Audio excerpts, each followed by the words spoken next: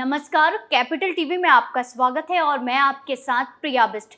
आज राज तिलक में 4 बड़ी खबरों से धमाका करेंगे। सबसे पहले बात कांग्रेसियों की रडार पर आए राहुल गांधी की करेंगे, जो अब राजस्थान जाने से भी डर रहे हैं। फिर खुलासा करेंगे कि कैसे टिकट का मायाजाल कांग्रेस को ले डूबा है और खुद की ही कांग्रेस ने अपने पैरों पर कुल्हाड़ी मार ली है। आगे बताएंगे कि रातों रात क्यों बीजेपी ने अपने 3 उम्मीदवार बदल डाले। सभी खबरों पर विस्तार से चर्चा करेंगे। उससे पहले एक नजर इस वक्त की हेडलाइंस पर। टिकट बंटवारे पर प्रमोद कृष्णम ने खोली राहुल गांधी की पोल। बोले, भ्रष्ट नेताओं पर मेहरबान है आलाकमान, काम कर रही गहलोत की जादूगरी। गहलोत के हमशक्ल रामेश्वर धादिच ने कांग्रेस को दिया झटका।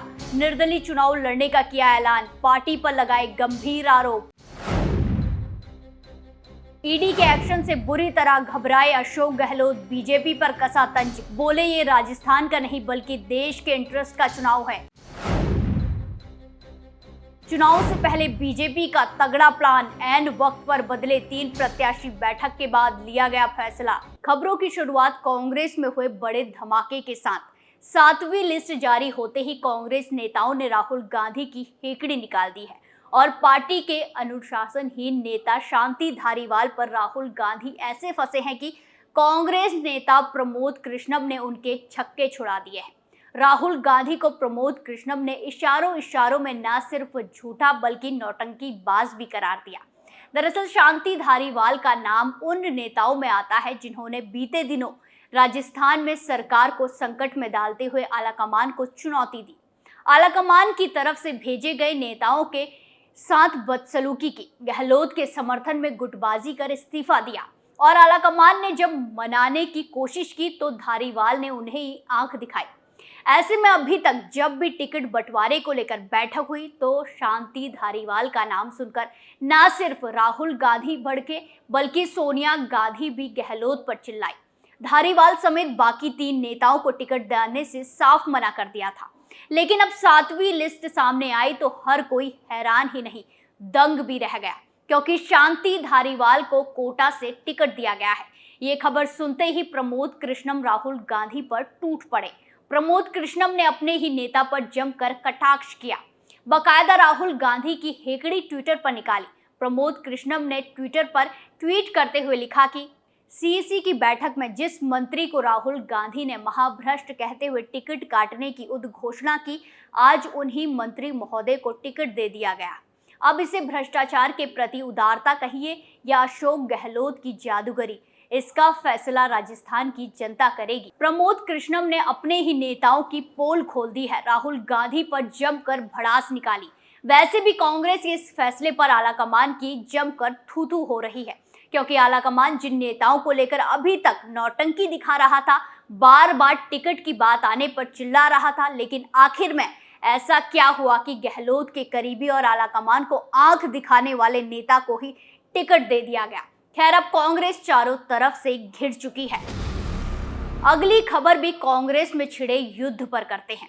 टिकट बंटवारे ने राजस्थान से दिल्ली तक बवाल खड़ा कर दिया है। टिकट कटने से नाराज नेताओं ने आलाकमान की लंका लगा दी है। राहुल गांधी भी सिर पकड़कर बैठ गए हैं, क्योंकि पार्टी छोड़कर जाने वाले नेताओं की झड़ी लग गई है। वहीं अब सुरसागर से भी प्रत्याशी घोषित होने के बाद विरोध के स्वर उठने लगे हैं।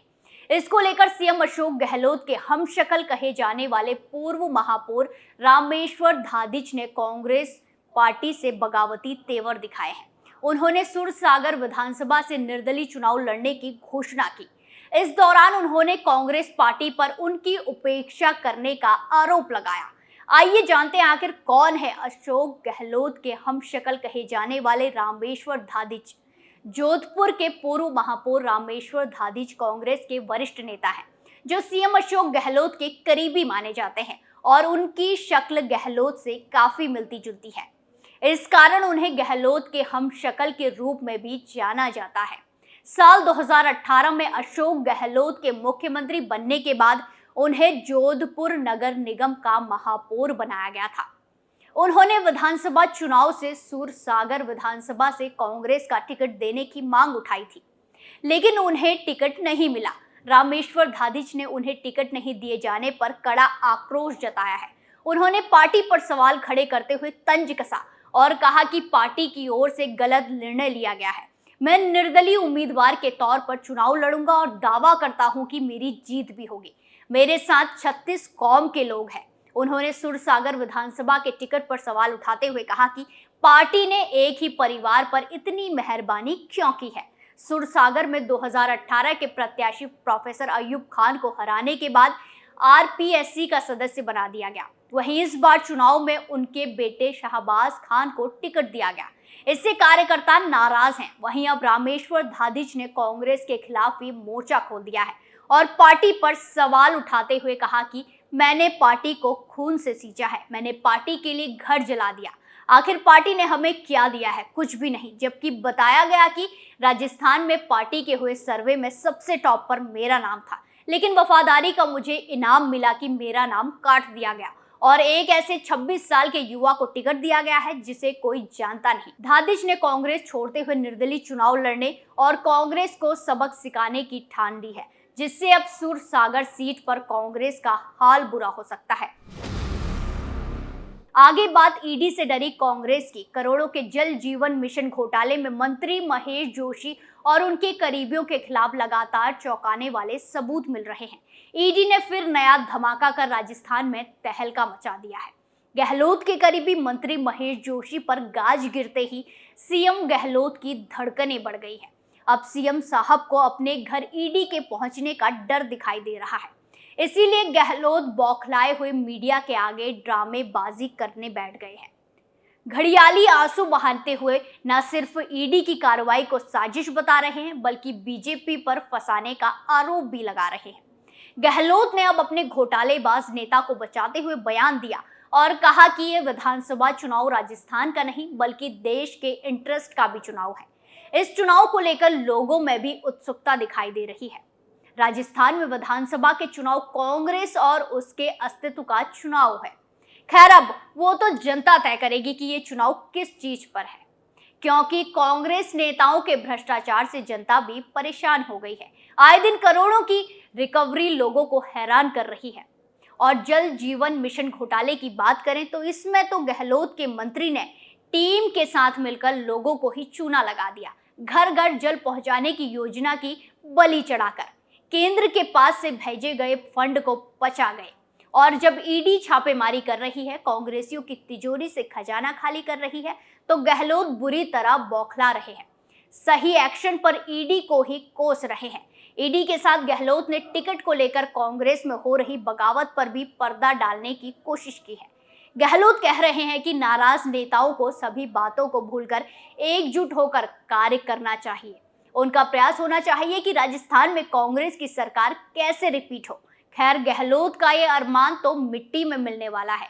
क्यों? क्योंकि सर्वे आईना दिखा रहा है। इस बार राजस्थान में सत्ता से कांग्रेस का सुपड़ा साफ तय है और बीजेपी बम्पर सीटों के साथ वापसी करने वाली है। आखिरी खबर बीजेपी के एक्शन प्लान पर। राजस्थान को लेकर बीजेपी के फैसले सभी को चौंका रहे हैं। इस बार बीजेपी ने आखिरी वक्त पर तीनों सीटों पर ऐसा खेल किया है कि बीजेपी कार्यकर्ता भी हैरान हो गए। बीजेपी ने कोलायत और बारम की अटरू विधानसभा सीट से उम्मीदवार बदल दिए हैं। मसूदा से अभिषेक चौधरी की जगह पर वीरेंद्र सिंह कानावत, कोलायत से अंशुमान सिंह और बारम अटरू से राधे श्याम बैरवा को उम्मीदवार बनाया गया। दरअसल बीजेपी ने अजमेर की मसूदा विधानसभा सीट पर पहले अभिषेक सिंह का नाम फाइनल करते हुए सूची में शामिल किया था। नाम सूची में आने के फौरन बाद अभिषेक ने मीडिया से बातचीत में शीर्ष नेतृत्व का शुक्रिया अदा करते हुए अपनी जीत का दावा तक कर दिया था। उन्होंने कहा कि चुनाव प्रत्याशी नहीं बल्कि संगठन लड़ता है। हालांकि अभिषेक सिंह के टिकट पाने की खुशी और जीत के दावों को ज्यादा वक्त नहीं बीता कि पार्टी ने उनका टिकट काटकर उसमें बदलाव कर दिया। अभिषेक की जगह वीरेंद्र सिंह कानावत को नया अधिकृत प्रत्याशी घोषित किया गया है। बताया गया है कि अभिषेक सिंह ने कुछ गलत जानकारियों के साथ दस्तावेज देकर टिकट हासिल किया। इस बात के सामने आने के बाद आलाकमान गंभीरता से इस मामले को लेने लगा और आखिरी वक्त पर टिकट में बदलाव करना पड़ा। वहीं आखिरी समय पर टिकट बदलने का मामला बीकानेर के कोलायत में भी सामने आया।